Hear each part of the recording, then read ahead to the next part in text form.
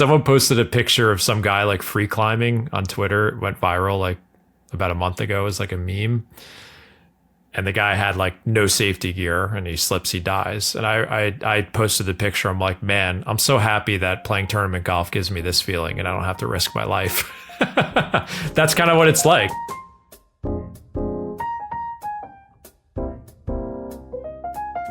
I'm excited to talk to you. I always enjoy talking to you about golf. I want to talk to you about this series that we did that is now out on golfersjournal.com. It's exclusive to subscribers. I want to talk to you about your new book, The Foundations of Winning Golf. But first, I saw the graphic you put up on Twitter this week. You're sort of reflecting on almost a decade of doing this. Writing about golf. I think you started blogging in 2015.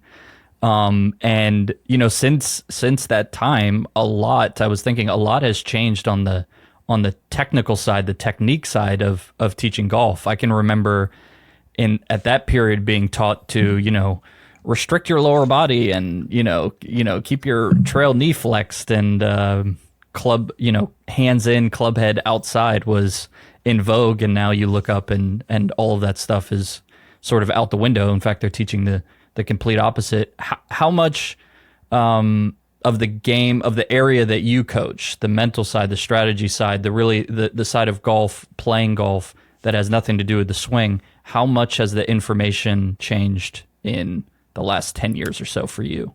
I think when I first started writing about the topics that eventually became the 4 foundations of golf, I didn't have a very clear image of what that was in my mind. I was just kind of experimenting. I was still figuring things out, and I got a lot of stuff wrong.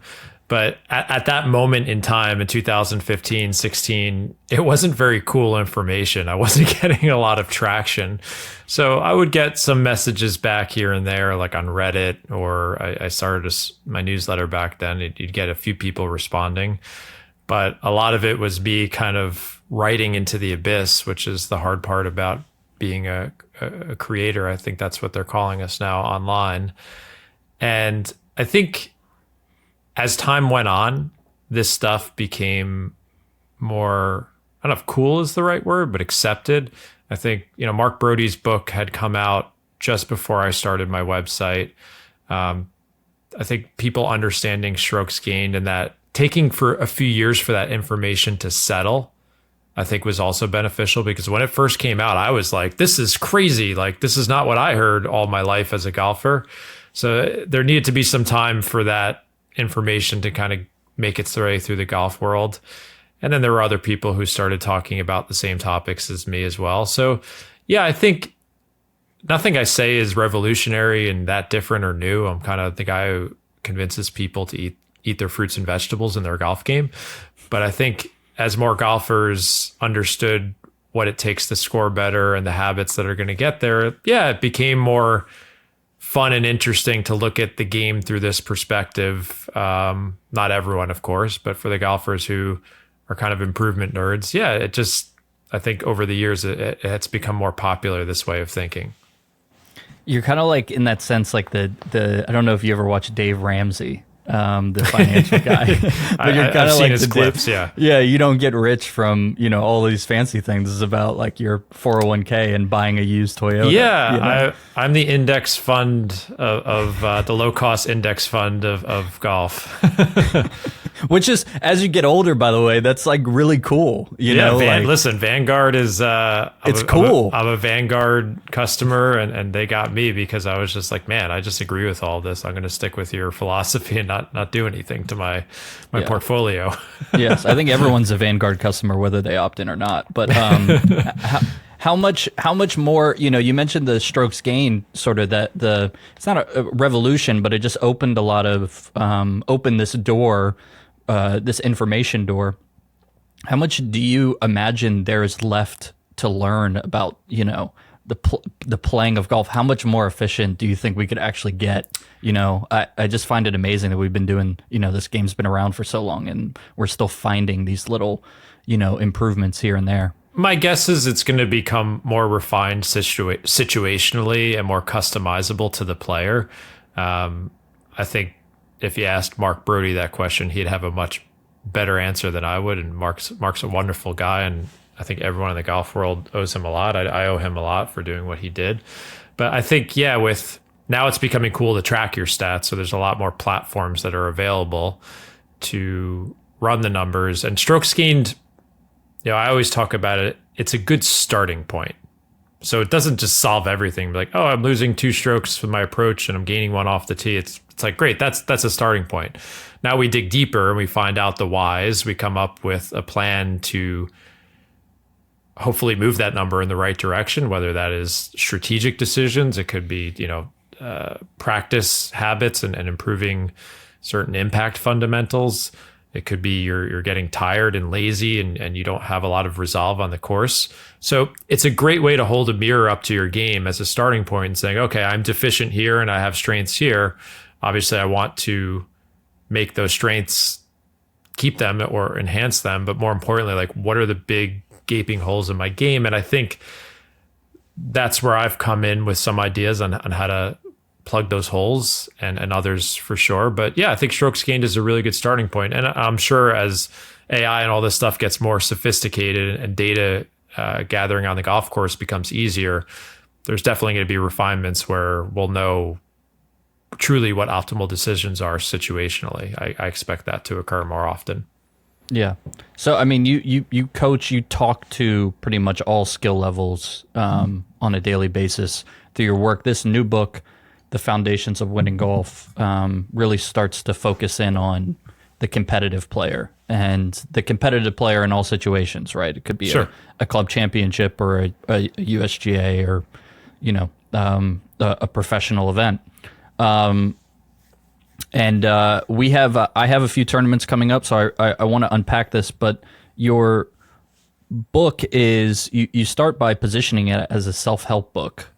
I'm curious what you've learned about yourself or life by playing competitive golf. Yeah, I think people always respond to a lot of the stuff I put on Twitter or X now, and they'll say, oh, that's good life advice. And I always say golf is life because this game exposes certain parts of our personalities, our flaws, certainly our strengths as well. And that's why golf is so addicting and so terrifying at times and kind of like a problem that we never solve. And when you compete, whether that's matches against your buddies, as you say, club championships, stroke play events, it enhances all of that. So I think playing competitively is really a self-help, self-improvement journey. And that's why a lot of the things I discuss in the new book are like concepts that have been around for thousands of years in stoicisms and religions. And it's that's what I find playing competitively so fascinating and fun to me, is that, I'm figuring a lot of stuff out about myself. I'm kind of a guinea pig in that way. And certainly learning from other golfers in my conversations with them and trying to figure it out. But yeah, I think all the things we face under pressure and when results are more important, it kind of brings in all these things that are issues with us off the golf course as well, whether it's like your salary, relationships, where you're standing in life, where you feel like, oh, I'm 40 years old. Have I accomplished enough? Like a lot of it is just this wrestling with results are in our face all the time. And how do you create something outside of that, a different scorecard that keeps you going and motivated? What parts of competitive golf, what parts of Jon Sherman's personality does golf expose? Does it shine a light on? How much time do you have? I think for a long time it was my impatience and temper. So I was incredibly impatient with my results and how fast it was taking me to get better at this game. And because of that, I did lose my temper quite a bit. I think I've calmed my temper to the point where it's, I wouldn't say non-existent, but I don't have outbursts anymore on the golf course, fortunately, the last decade. And now as I've become a more seasoned tournament player, yeah, a lot of it's quieting that voice in your head that's saying like, are you good enough? Can you still do this? Even I've had some successes over the last few years. And this year, maybe I'm struggling a little bit trying to live up to that in my mind. So ultimately, it's some version of worrying about results, score, places, winning matches, whatever. And I think competitive golf is a big game of disassociating yourself from those results and finding ways to do that and being creative with that and enjoying that process. Because if you only judge yourself based on the scores and where you finish, you're going to be stuck on that like endless roller coaster that golf will take you on. And there has to be, as I said earlier, there has to be a separate scorecard that you're keeping that's fun, you have more control over. And when you do that, you know, obviously I want to play well and shoot low scores and win and finish low in tournaments. But if I can place my emphasis on that, I have way more fun and feel better about myself. What might some of the things be on a alternate scorecard? I mean, a lot of this stuff, you know, I think about when I'm teeing it up or conversations. I work with Mackenzie Hughes on the tour, and we come up with different ways for him to think about this stuff. A lot of it is, you know, sometimes it's managing like effort level. So let's say, I think one of the hardest challenges in golf is existing in that space between caring too much and not caring at all. So sometimes when players aren't playing well, especially in a tournament, they're kind of like, you know, today's not my day. I'm not going to try. Just it's a way to kind of protect yourself. Or if you're playing well and you start thinking, wow, man, I might have a career round here, then you're kind of white knuckling it and guiding yourself into the clubhouse. And even for a tour player on a Friday, they're 3 under par. They know the cut's at 5 under. Does every shot have that significance over the cut line? So what can you do to take yourself away from that and create the separate scorecard? A lot of it, is paying attention to your effort level. Am I standing over a putt thinking about, man, I need to make this for par because it will mean this, this, and this, versus can I stand over this putt and just think about my speed control or something else that I know I could do? And that changes from time to time. So you're always finding these little things that you can hang on to when you're on that island out there, and it is an island. It could be your routine. It could be, you know, thinking about my children. It could be enjoying my playing partners. It could be enjoying like the day I'm having in the golf course, because there's so much time out there to think about your score and the results. I can't think of any other way to get away from that than figuring out, you know, productive distractions is something you could call them, I think. So is that what you mean by winning? You know, winning's in the title. Like, how are we defining winning in this scenario by, you know, winning at the things that you can control? Yeah, I think so. If you're going to compete, even against your buddies, or you're someone who wants to play in like competitive mid-am events, and let's say you have like 120 golfers you're up against, that's hard to just define success as a win or not win, because tournament golf, how many times do you really have a chance to win? So again, getting back to like that personal development journey, I think if you have pride in putting your game on the line, anytime someone puts their game on a line in a stroke play event, and you know this really well, Casey, you go out there and you could feel like you're staring into the abyss at times. I don't care how good you are, how experienced you are. There are moments where you're like, man, am I losing it here? And it gets scary. And maybe it's this like perverse interest I have in this, but I love facing that part of myself where I'm like, man, things are falling apart, and calming myself down and saying, you know what, we're here to have fun, stick with the plan, and getting through that and coming back from it. That feels like winning to me, because I've faced kind of the worst voices in my head, and there are plenty of them. And if I could get through those and again, place my attention on something more productive and something more within my control, man, that feels good. Like, I've had so many talks with Mackenzie this year after tournaments where, you know, he might have finished 32nd, and we'll say, man, you did something incredible the last 4 days, because that could have easily been a miscut. And he'll say, like, everyone will look at the scoreboard. No one will even know what happened behind the scenes. but he felt good about that. And that's something he can bring into further tournaments. And that's how I feel too, is that if I could do something good today and keep a longer term view on this, man, that's going to benefit me maybe 6 months from now, 2 weeks from now. I don't know. But that feels like winning to me, like facing all those things and kind of coming up with ways to get through them. Yeah. Well,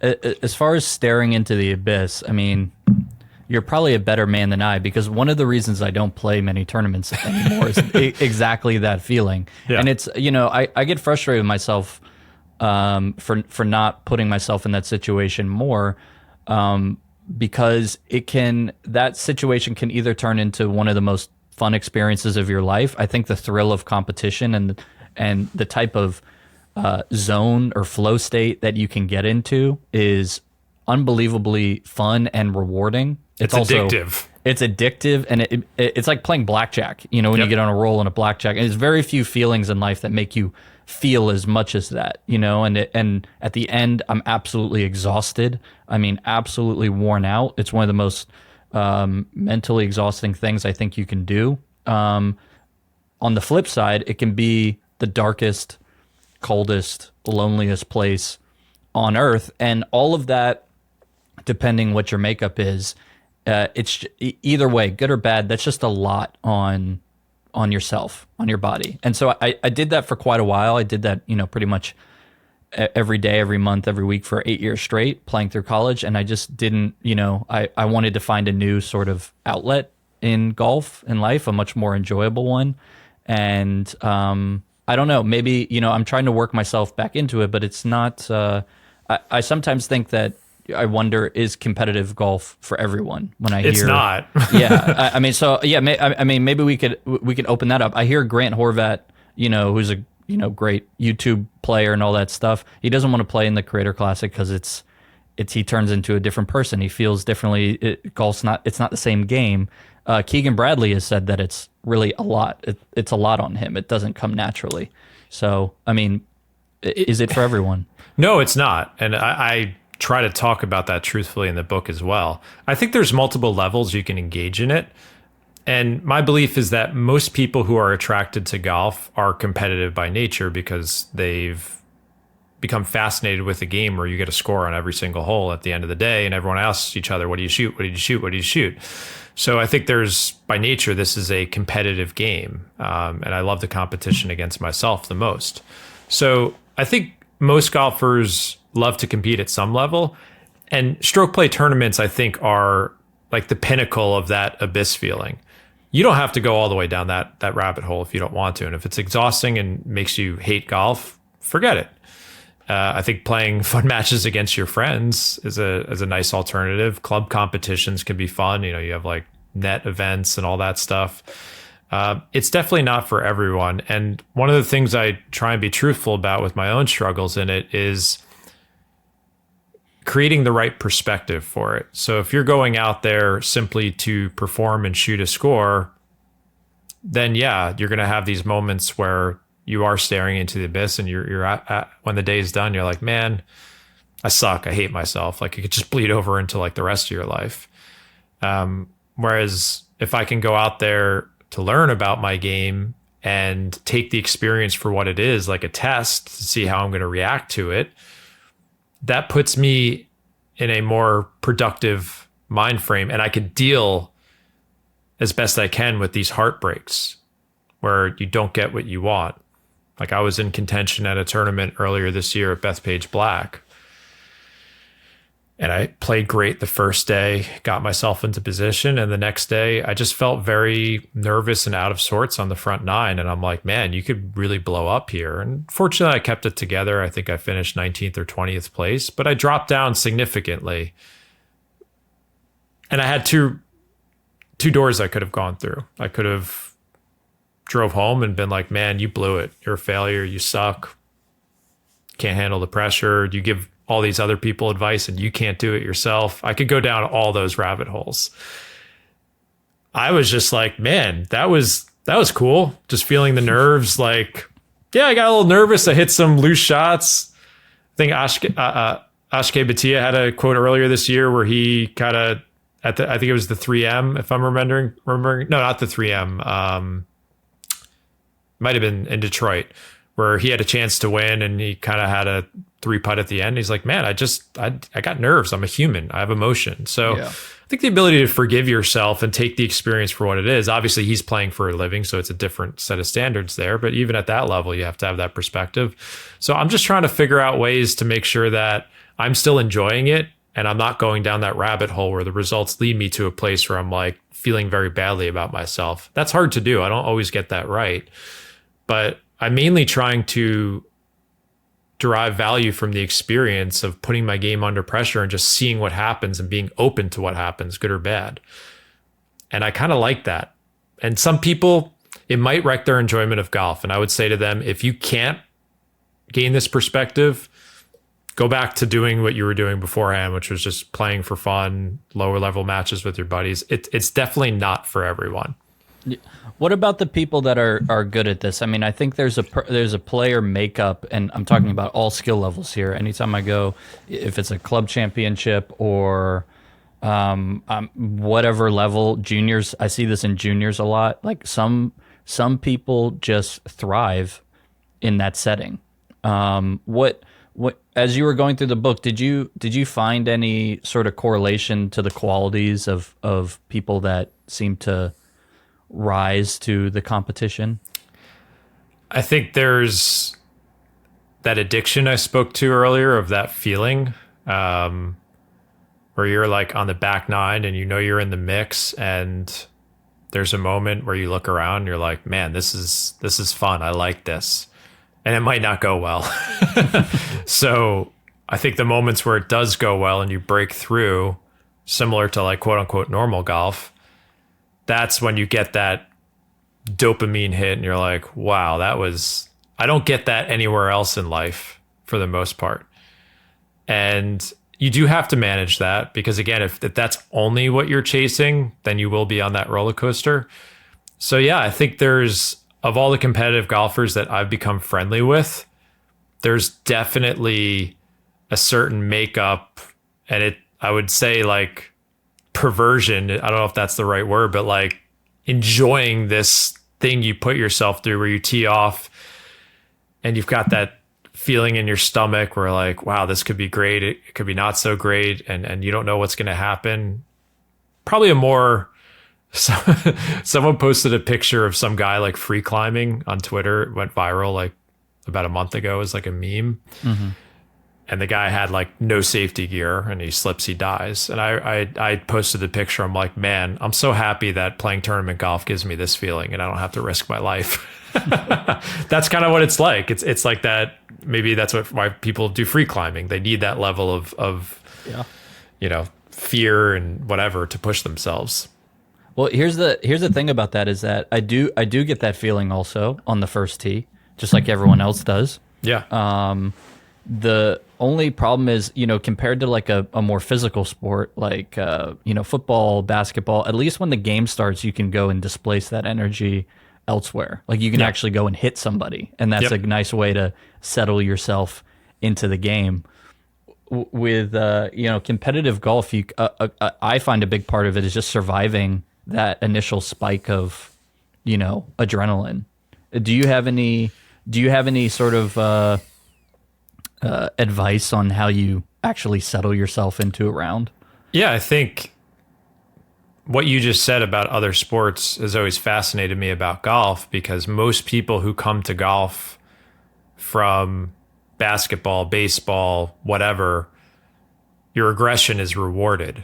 Your physical effort level is rewarded. You have to dig deeper when you're out of breath. You have to push harder against an opponent, like physically, to overcome them. That's not the case in golf. It's just you. And you have to go in the opposite direction, I've found, is that you have to figure out ways to relax and calm yourself down and create those productive distractions. And there's no secrets here. It's all the same stuff that other people have heard.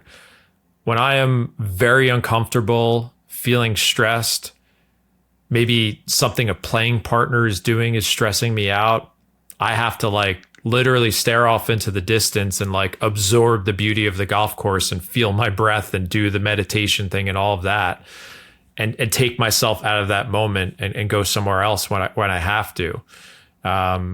If I'm coming down the stretch of an important tournament, and let's say I'm playing well and I have a chance to do something, nice, I almost have to talk to myself and remind myself, I'm like, this is what you came for. And remind myself that if I don't do it, if I blow it, quote unquote, I'll be okay. My kids won't care. My wife won't care. My life will go on. But I have to remind myself, I'm like, this is what you signed up for, this excitement, and have that conversation with myself, that rational conversation to deal with that.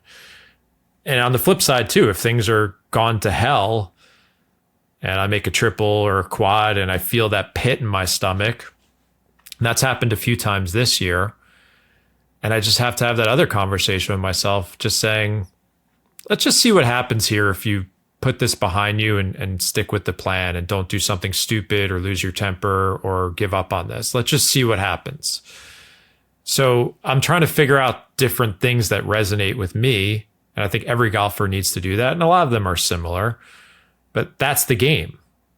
Taking yourself out of those moments and figuring out ways to redirect your mind from where we don't want it to go, which is the pity party, the fear, the anxiety, all of that, all those emotions that aren't pleasant. And competitive golf definitely normal golf evokes them as well.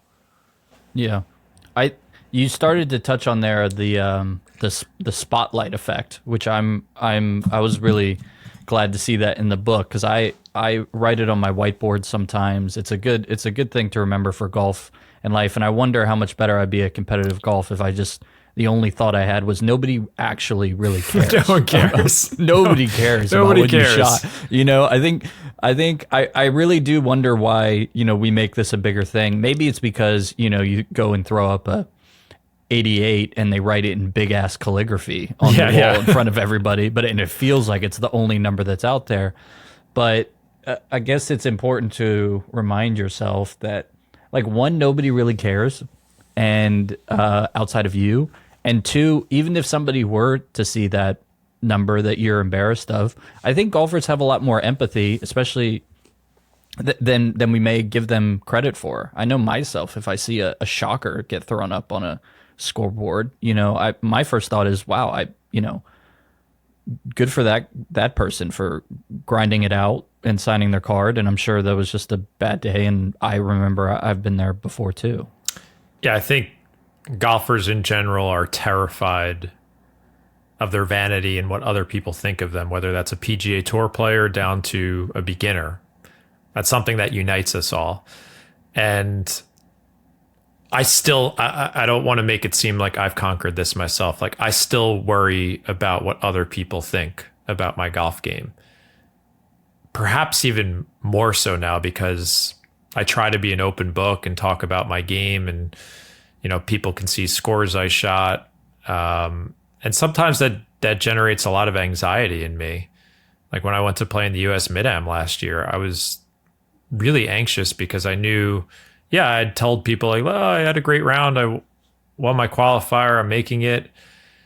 And I'm like, wow, now people are going to watch on the scoreboard. But here's the real truth is that someone's going to like load it on their phone and be like, oh, Jon was like even and now he's 8 over par. Like, that sucked for him. And then they're going to go on with their day and forget about me.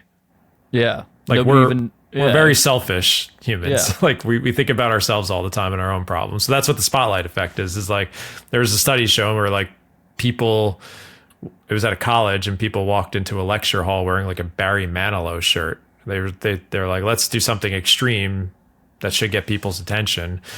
And when they polled all the people in the class, like less than half of them saw it and less than a quarter of them remembered it. It's just, everyone's just so worried about their own stuff. And that's the truth in golf. And as to your point, if you had friends who saw what you shot, if they're your friends, they'll be like, oh man, that sucks for him. And if their reaction was like, thank God they blew up, then they're not your friend. Yeah. So yes. that solves that. Well, how much, obviously we're talking about stuff that is in our control. How much How much emphasis do you place on, getting your skills and technique in a really good place before you actually go play? I mean, there's this really sinking feeling I'll experience sometimes where, it's in the middle of the round and you can feel like, you just feel like you're holding it together with tape, and that piece of tape is getting a little more flimsy and weaker and weaker. And at that point, you kind of have a decision to make whether you're going to ride with this or what I do, which I don't think is the best play, but I'll abort and I'll go back into all the feels. I'll go into a feel I had 5 years ago if I think it means I'm going to keep this on the planet. So there has to be a certain level of skill and technique that you need, to compete, correct? Yes. And I very clearly outline that for people, because where a lot of golfers get into trouble is when they sign up for something or they compete in an environment that is well outside their skill level and experience. So for example, when I first started playing in a lot of these tournaments I live on Long Island, we have the MGA, the Metropolitan Golf Association, which is top shelf competition. They put on a lot of great events. And, to make our quote unquote majors, you got to play in qualifiers where you're going to shoot 1 under, 2 under, 1 over 2. You're going to have to play pretty clean golf on a fairly difficult setup. And when I first set out to do this, I did not have the skill to do that. I was just there to learn and put myself through it to see if I could get better. Now I'm at a point where it doesn't take my A game to qualify for one of these majors. I've gotten into them a lot of the times, but I'm not good enough to compete against top college kids, some of the top mid-ams in our area. They're just better than me. And yeah, I'll get like a 20th place finish, a 15th place finish in a maybe not as big of event, but I'm not going to go to the Ike or the Met Am and contend to win that thing. I'm just not good enough. I'm not. But I enjoy putting myself there and seeing how high I can finish. So you have to be honest with your skill level and your experience, or else you will, I think, have a horrible time. But to your point about the fields and stuff you're going to, I'm not a tinkerer. So what I've got. And I just kind of live with the variation of where my skills are at, up or down throughout the season. And then once the season's over and I feel like there's a major deficiency, then I got to work on that. But I'm a big believer in when you get into these events, when you play competitively, you are playing with the sum total of your game for not just what you did last week, but what you did the last 12 months, 18 months, 5 years. And that's going to show up on the course. And that's what you have to be honest about. And I try and resist the urge to tinker and introduce too many variables, because I think it just, in the short term, maybe it solves something temporarily, but in the long term, I'm not a big believer in that. Sounds like a wonderful, disciplined way to live life. Must be nice. I don't get it. I have to keep reiterating this, is when we speak right now, everything's calm and collected. But when you're in that moment, and you know this intimately well, man, your brain's just going all over the place, and mine does too. And things are not as clear. So I'm still trying to figure all of this out myself. This is when I sat down to write the book, or when I sit down to talk to you, I have clarity right now. I don't have as much clarity on the course. It gets stripped away, and I'm left with that last layer. And I hope that last layer is good enough. Yes. You didn't have clarity when you caught the hosel on the range before the, no. What event was that? Yeah. My first return to competitive golf, I was a very, very mediocre competitor as a junior. I walked onto a Division III team and played once. I just wasn't very good in high school in my one college tournament. Then when I started to play competitively, I was like, let's do the US Open qualifier as a gift to yourself for getting your handicap so low. And I was on the range. My friend from college was caddying for me. I just kept shanking every single shot, and it was terrifying. And the funny thing is just to show you an important lesson about your warm-up session, I actually played great. I hit my irons really well. I think I shot 74 or 75. And I started shanking in the next tournament, but at least that day it wasn't the that probably would have stopped my competitive return right then and there.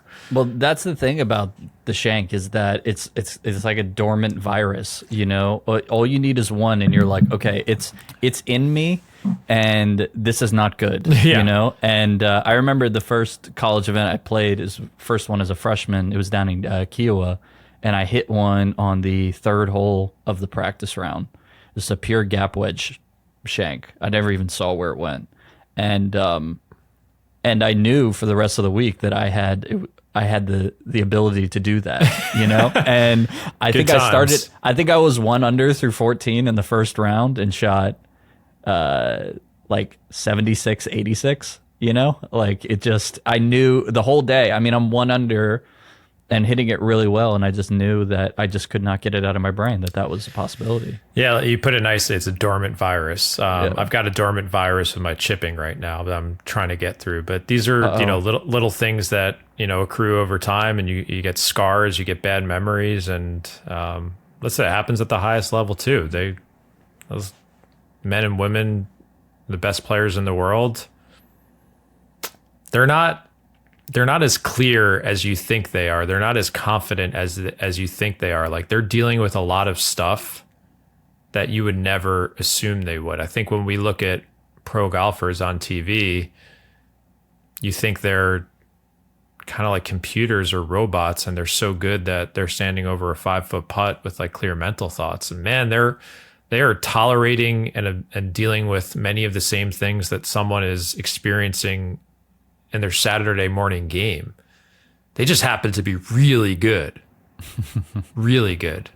And I think the ones who, do take the time to work on their mental game and kind of open up that Pandora's box, they do have an advantage. But make no mistake, like, this is mostly a test of physical skill. But I hope that gives people comfort, is that, and getting to work with one of the best players in the world for the last year. And he's been very honest. We had him on our podcast where he was sharing some of the stuff he worries about on the golf course. And people were like, wow, that's wild to me. I mean, you're top 50, 60 in the world and you still worry about these things? Yeah, you get through them though. You could still play well dealing with all of these like strange voices and thoughts you have. You just have to have ways to deal with them. It doesn't mean that they're going to go away though. Yeah, and I think a lot of it comes down to, correct me if you think differently, but reps. Reps doing this. Those guys can deal with the whatever traumas going, or they have, negative thoughts they have, because they play all the time. They play every week. They've been in this situation before, and it's one of the reasons why you don't get a lot of no name rookies or journeymen winning major championships. It's like the people that have put themselves at the top of leaderboards before in big situations, they seem to be able to develop a skill. For the people, regular people out there that just want to compete on some level, big or small, that have a job, that have a family, that have obligations in their life, what do you recommend about finding reps? What do you consider a competitive rep? I love the word reference points in golf, whether it's in terms of your physical skill, your swing and your ball striking skills, and especially when it comes to competition. So what I mean by that is you have to get uncomfortable to develop a new reference point. And there's so many examples of this. So this could be someone who is, let's say, a 20 handicap, and they just maybe, they took up the game 3 or 4 years ago, and they've kind of learned, they took lessons. Like, a new reference point for them, be like, go play a match with your buddies. That can be terrifying too. When I've, got back into golf 10, 11 years ago, I just started playing matches again with people. I would shank shots on the 18th hole. Like, I was really nervous because I was like, it's $5 on the line. I don't want to let my teammate down. So I had to build up a new reference point so that as I added that layer of pressure and fear of results, now that made my normal golf feel a little bit easier. So that when I was playing a quote unquote normal round, I didn't have the pressure of those expectations, so I feel more comfortable. And as I've gone on, I've just kept raising the reference points. And one of the biggest ones I had recently was last year when I played in the US Mid-Am, I never ever thought I would play in a national championship. I just wasn't good enough. So me being there was kind of like a fish out of water. And I struggled the second day because I played well the first day and I was like, whoa, maybe I'll get into match play. And I kind of committed the cardinal sin of what I try not to do, but I was in a new environment that was totally different to me. And I struggled. And I remember going to my buddy who was caddying for me. I'm like, man, we were on the 17th tee of Sleepy Hollow. Great place to be. And I was just trying to finish out the day. And I'm like, man, my club championship next week's going to feel a lot easier than this. And it did, because now I had like developed a reference point that was way above that. And when you come back down to something that felt daunting prior to that, now it doesn't feel as daunting. If I will give the caveat, if you have the right perspective and if you're willing to learn from this stuff and not get down on yourself and do all the crazy stuff that golfers do themselves. So I would tell anyone that's listening to this that I think competing at any level can be beneficial to your golf game, because you will develop these new reference points that make you uncomfortable. And if you are willing to learn and just be open to what happens and not get down on yourself so much, and just really understand that your swing might fall apart, you might top the ball, like crazy stuff might happen. But if you go back to the drawing board and say, man, that was kind of crazy and fun, and I put myself through something, now I've got that notch in my belt and I can use that in the future. That's the difference. What you said about the tour player is like a veteran PGA Tour player who's won, they've blown it, they've won, they've blown it again.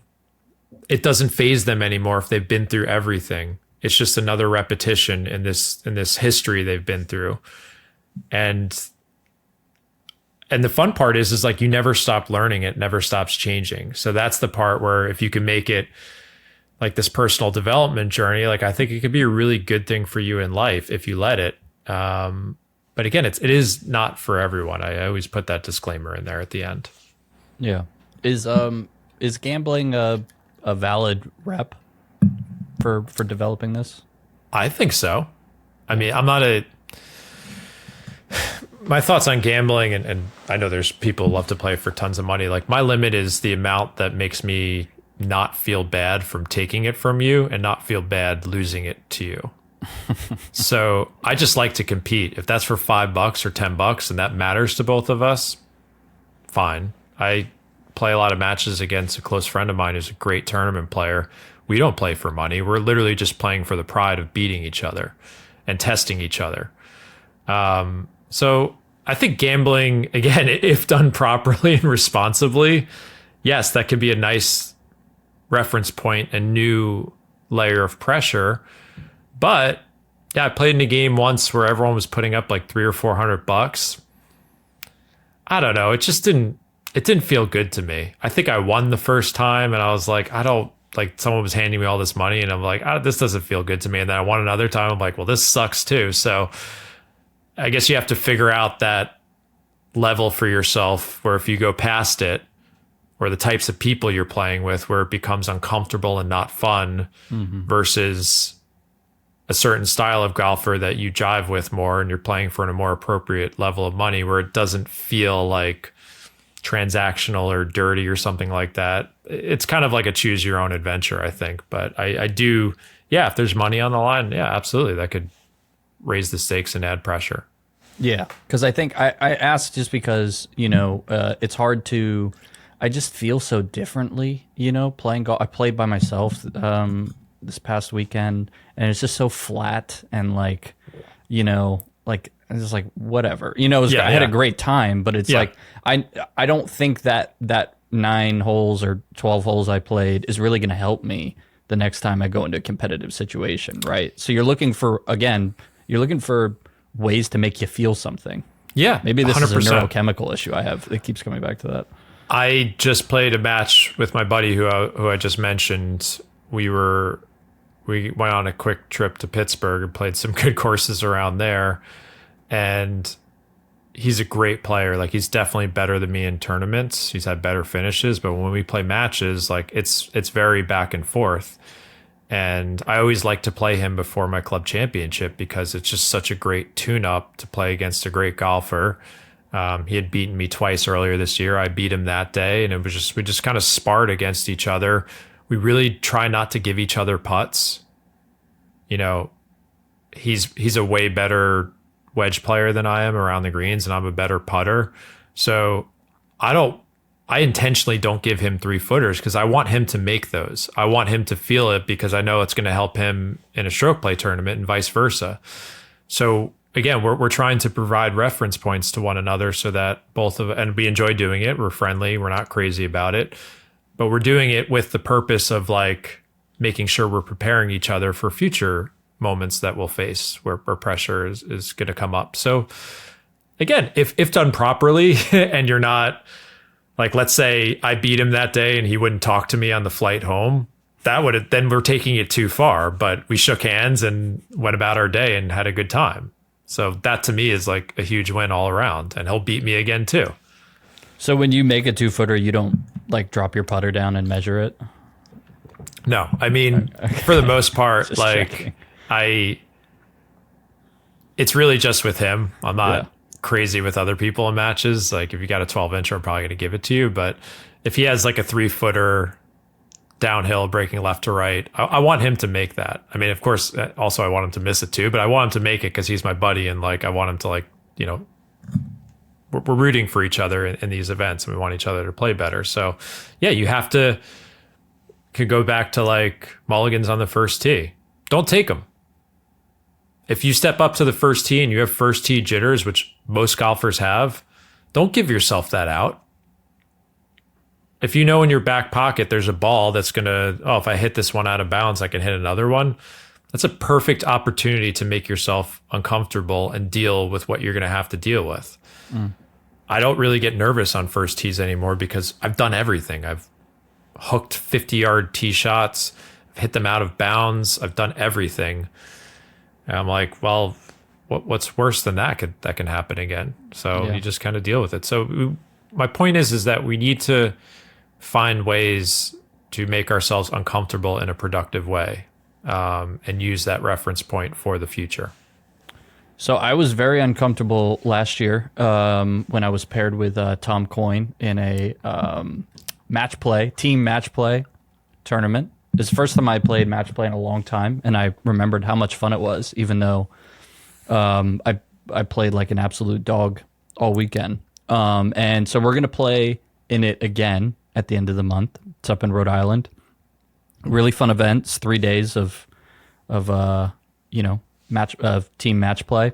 And I found that the format itself, both match play and the added element of having a partner, led to me playing very defensive golf, making very defensive steery swings, because you're either your playing competitors are in the fairway or out of the hole. And so you are either trying to hit a good shot or not trying to hit a bad shot. And then you have this other element of, me not wanting to let Tom Coyne down because I love him so much. What would you say about getting out of that reactive mode in match play? Well, first off, this is just my opinion. I'm not I'm not the end all be all on this stuff. This is just one guy's thoughts, but I think that's just totally normal. Like when you're in an environment where golf's not a team sport, it's an individual sport, I believe. And when you get put in these situations, like at member guests and you're playing alternate shot and all these formats, now you've got someone else to worry about. And you're worrying about embarrassing yourself in front of your buddy or letting them down. And I have these feelings too. And the best thing that I've come up with, again, just my version, is that I try not to play situational golf. And that's typically my advice to most other players, because again, what's our challenge is disassociating ourselves from results. And the more you think about them, the more your hands get weak and all that stuff. And you're never going to stop thinking about it, but how can we reduce them? And my belief is that I'm going to do the same exact thing, or at least try to, if I am hitting an iron shot on the second hole of my golf course playing by myself, or I'm playing on the 17th hole in an important match and I'm one up in the club championship, or I'm on the 9th hole in the second round in a stroke play tournament. I'm going to do the same exact thing. I'm not going to change my decision making. I'm not going to try and play more aggressively or safer. I'm just going to keep doing the same thing over and over and over again. So that's so comfortable that I could just press a button in my mind and hopefully go through my routine and just do it. I don't always do that, of course. I confessed earlier that I get nervous. I play with people who have read my book or follow me on social media, and they probably have some perception of me. And when they meet me in person and play with me, I'm worried about what they're thinking about me. And then sometimes I don't play as well. Right. So I've got this stuff to deal with myself, but the best thing that I've come up with is that I don't play situational golf. If I'm down 3 in a match, I'm not going to change my strategy. If I'm up 3, if I'm in a stroke play tournament, and that's just, I view that as the anecdote to that style of thinking. Now, if you find something that resonates with you better than that, go for it. I'm just, I try and come up with ideas, and that's the big one for me. And I'm certainly not the only one who said that. Yeah, no, that's great. I mean, I think the thing I was most disappointed with was the fact that I let situations dictate what clubs I was going to hit, what type of shot I was going to hit, stuff I would never do if I was just out there playing with Tom as a friend and we were just having a game, right? So, and that's really the frustrating part, that you just can't seem to be yourself when thrown into something like match play. Yeah, I mean, the one thing that, again, that has resonated with me and I think helps other people is just being at peace with either result, either path, is saying that some of my favorite moments and favorite memories of the last 3, 4, 5 years have been like the back nines of, qualifiers, tournaments, when I'm in the mix. And I don't always make it. I don't always do the thing I want to do, but man, I cherish those 3, 4, 5 holes where I look around. Like I just did my US Mid-Am qualifier again. I didn't make it, but I had a chance and I got hot on the back nine, and I was just looking around on the golf course, beautiful day. I'm like, man, this is fun. I might not make 3 birdies to do this, but I'm enjoying this moment, and I'm truly at peace with not doing it. And that was a big unlock for me when I was really okay with the other side of things, which is you don't get what you want score-wise. And that's just, we all have this spectrum of scores we're going to shoot on any given day. And I don't care how good you get, they are going to happen. And one thing that, I've learned a lot from speaking with Mackenzie Hughes so much, because, man, he's been a good veteran PGA Tour player. He's won. He's really outperformed what he thought he would do as a junior player. And, one thing that he holds himself accountable to me is he's like, I want to get to a place where I can call you after a round and feel good and feel the same if I shot a 65 or a 75. He's like, that's what I want to get to. If I did everything I could, then the 75 is the 75. Like, that's progress for him. I remember after the Memorial this year, he had I think he shot like 76 or 77 in the first round. I knew he was making progress when he was like, man, it was just a hard golf course. And, a few shots, he's like, I really didn't play all that poorly. And Mackenzie a year prior to that would have been beating himself up. And I think that's why he's been so consistent on tour this year. Unfortunately, why he just got picked for the President's Cup, because he's doing the hard things to not let his results always dictate about how he feels about himself. And I think that's the struggle all of us are facing. And he's just facing it at the absolute highest level. And I've really learned a lot listening to him and how he's dealt with it, and me trying to help him get through that as well. It's hard. I don't want to undersell it. It's so hard. Yeah. Well said. I mean, so let's talk about the series that people can watch now on golfersjournal.com. Again, it's exclusive to subscribers, although you can watch the part 1 on YouTube if you just want to get a little taste for it. There's a little from this new book in there, but a lot of it feels like a culmination of sort of learnings from your career in golf. What can people find in there, and what are some of the things you think will have or can have an immediate impact on their golf lives? Yeah, I think the topics that I have mostly focused on are what became the Four Foundations of Golf, my first book, which I think is definitely the more popular one. Expectation management, strategy, practice, and the mental game. And what we did in the course was kind of give you a crash course of some of the greatest hits. My book is it's quite thick, as you can see. Anyone who's watching this, it's 420 pages. It's 92,000 words. The video course was like 6 hours. So we gave Golfer's Journal like the abbreviated version of that and the greatest hits. So yeah, I think you're going to learn a few things to, most importantly, manage your expectations on the golf course and learn how to identify what's a good shot for your skill level and react appropriately, and have a better relationship with golf and your enjoyment level. You're going to learn how to pick smarter targets off the tee, with approach shots, even short game. You're going to learn some tried and true methods of mine that are a little out of the box on how to practice effectively and build your ball striking skills. And then, the mental game stuff I think would be more kind of similar to what we've discussed in this episode. I'd say the Foundations of Winning Golf is more of like a mental book. But yeah, I'm just a golfer. I just one day started writing about golf out of the blue. I fortunately, some people like what I have to say, but I'm trying to figure this out like everyone else. I've learned a lot from other golfers, and I've learned a lot from kind of putting my game under the test. And that's essentially what I'm doing is I'm sharing with you all of the stuff I've absorbed along the way and relaying it to you from a golfer's perspective. That's who I am. I'm a golfer. I'm not a swing professional. I'm not a sports psychologist. I've just kind of learned some of this stuff as I've gone through it. Well, thank you for sharing it with us. Thank you for joining us on this journey to playing better golf, and always enjoy the time. Go watch Jon Sherman, 6 parts. It's a lot of Jon Sherman on the screen. If you like Jon Sherman, I'm so sick of myself. I don't even know if I'm going to watch this thing. I'm so sick of myself. Hopefully others aren't too, but thank you for giving the opportunity to do it. I love the Golfer's Journal. I love going to your events, and I'm so impressed with the community you guys have built. And thank you for kind of giving me access to it and sharing, my little thoughts on how to get better at golf and enjoy it more. Of course. I look forward to seeing you up in New York sometime soon, and maybe teeing it up alongside you one day. We got to play. You and me have to play. And then we can both deal with each other's feelings of vanity and feeling comfortable in front of each other when we do get to tee it up, and we can be honest with each other about it. How about that? I could think of nothing worse. Thank you.